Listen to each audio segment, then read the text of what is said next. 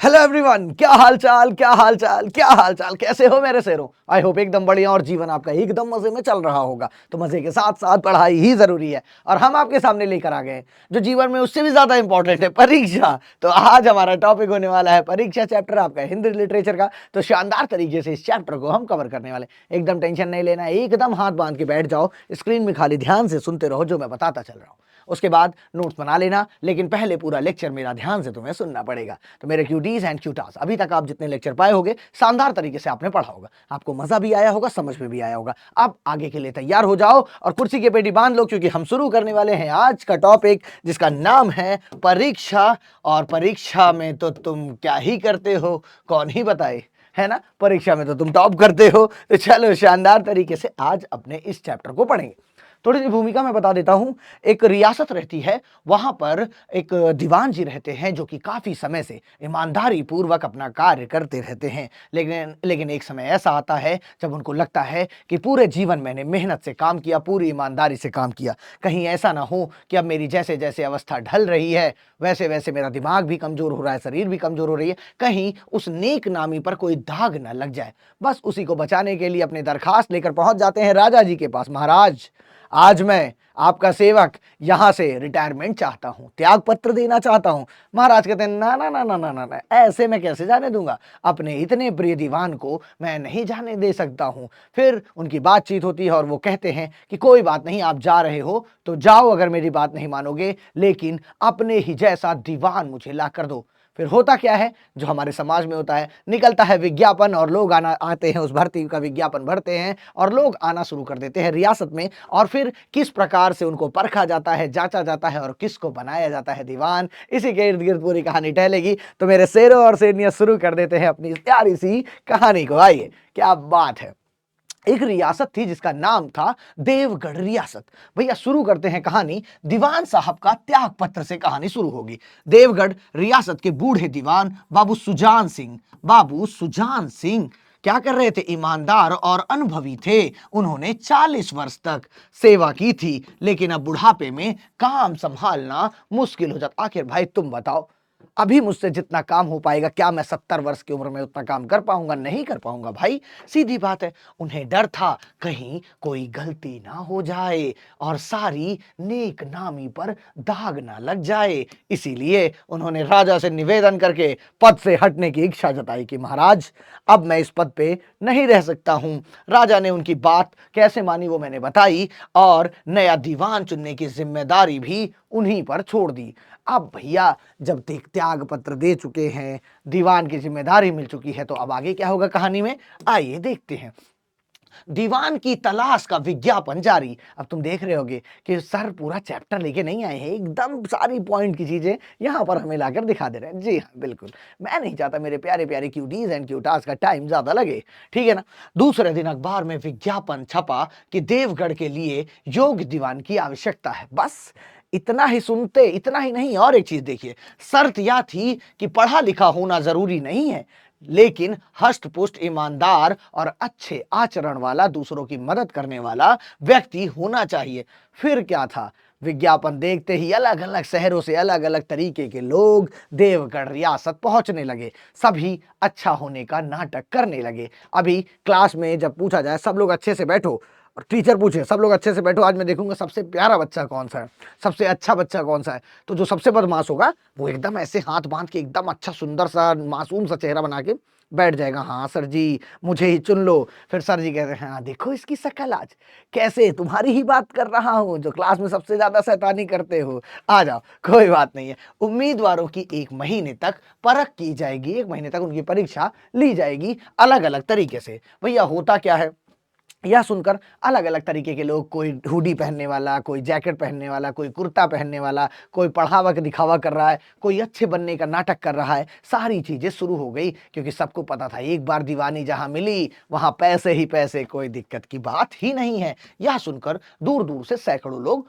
देवगढ़ आने लगे। भैया कोई नए फैशन वाला, कोई पुराने ढंग का, कोई किताबें पढ़ने का दिखावा करने लगा, तो कोई दूसरे के प्रति नम्रता, प्रेम, स्नेह दिखाने लगा कि भाई बहुत सब लोग, सभी की मदद करनी चाहिए। सब लोग बस 1 महीने तक अच्छा बनने का नाटक कर रहे थे महोदय। कोई अच्छा नहीं था। लेकिन अब बात आती है कि परीक्षा ली जाए तो कैसे ली जाए। तो ये सब लोग बैठे थे, तो यहाँ पर आयोजन हुआ हॉकी के खेल का कि चलो आज हॉकी खेलने चलते हैं। और वहीं पर एक किसान की गाड़ी फंस जाती है। ये भी परीक्षा में इंक्लूड था, लेकिन इन नादानों को पता नहीं था। लेकिन बाबू सुजान सिंह तो सुजान सिंह है, इतने वर्षों का एक्सपीरियंस, इसीलिए तो कहा जाता है न 100 पढ़ा न एक गढ़ा। अनुभवी आदमी ज्यादा चालाक होता है या ज्यादा समझदार होता है। हॉकी का खेल और किसान की गाड़ी देखेंगे, उम्मीदवारों ने सोचा थोड़ा मनोरंजन हो जाए तो हॉकी खेलने लगे। खेल के बाद जब वे लौट रहे थे तो देखा कि एक किसान की बैलगाड़ी कीचड़ में फंसी हुई है और किसान अकेला बहुत परेशान है। लेकिन वहां पर तो कोई देख नहीं रहा था, ना तो वहां राजा साहब हैं ना तो कोई देखने वाला है, तो कोई क्यों ऐसे आदमी की मदद कर देगा। सब अपना हॉकी खेल के जा रहे थे। लेकिन एक व्यक्ति था जो पैर से चोटिल भी था, और उसने क्या किया वो हम आगे देखते हैं। भैया देखेंगे, ज्यादातर उम्मीदवारों ने उसे अनदेखा कर दिया। उनमें दया या मदद का भाव नहीं था, और यही खोज रहे थे राजा साहब सबसे ज्यादा। सिर्फ दिखावा था। लेकिन एक युवक जिसके पैर में चोट लगी थी, किसान की हालत देखकर रुक गया। उसने जूते उतार दिए, डंडा किनारे रख दिया और किसान से कहा, तुम बैल पर बैठो, मैं धक्का देता हूं। और पहिए को ढकेलने के बाद क्या होता है, वो गाड़ी कीचड़ से बाहर हो जाती है। और वो किसान कोई और नहीं, जी हाँ, अपने दीवान साहब यानी बाबू सुजान सिंह ही थे। उन्होंने क्या कहा फिर आगे अब देखते हैं। और जब ये चीज हुई और जब उन्होंने बोला, तो ये युवक थोड़ा थोड़ा सा पहचान गया कि ये तो जो बॉडी स्ट्रक्चर दिख रहा है, शकल भी थोड़ी थोड़ी सुजान सिंह से मैच हो रही है।